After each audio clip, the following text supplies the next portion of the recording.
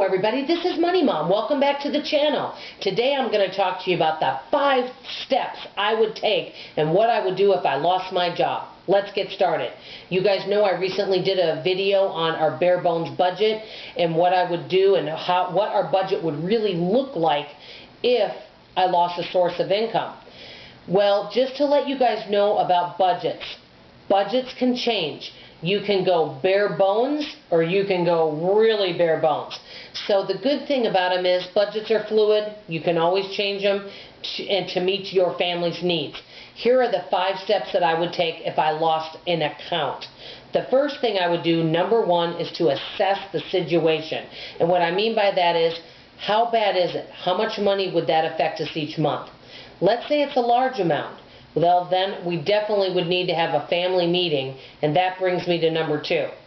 I would have a family meeting and let other family members know what is going on, and I would ask what they could do to help, and we would try to strategize and come up with a plan on what to do about it. That's number 2.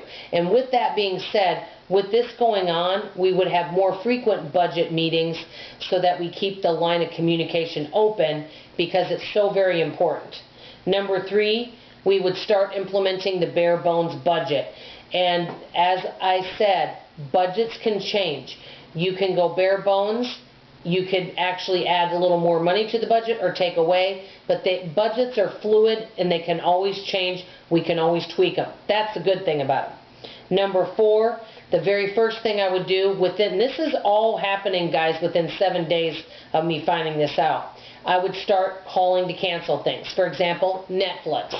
It's not a need. It's something that we enjoy, but I would start canceling things right away. That's number 4. And number 5, I would start networking, which I've already kind of done.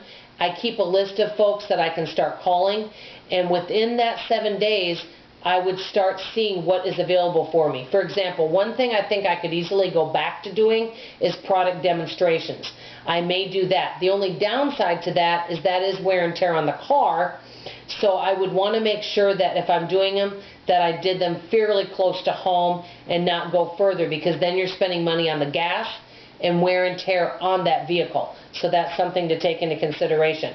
But I would see what other accounts are out there available for me and to see what kind of money that I could be making, and then I would have to see what my bills are. The one thing that's important to me in this situation is, even if I wasn't making a whole lot of money, I would want to make sure that I'm able to at least save a little bit each month, because even if you're not bringing in a month or a lot of money, the Murphys still do happen. You still do need a new tire for the car. Someone still might need a new pair of glasses.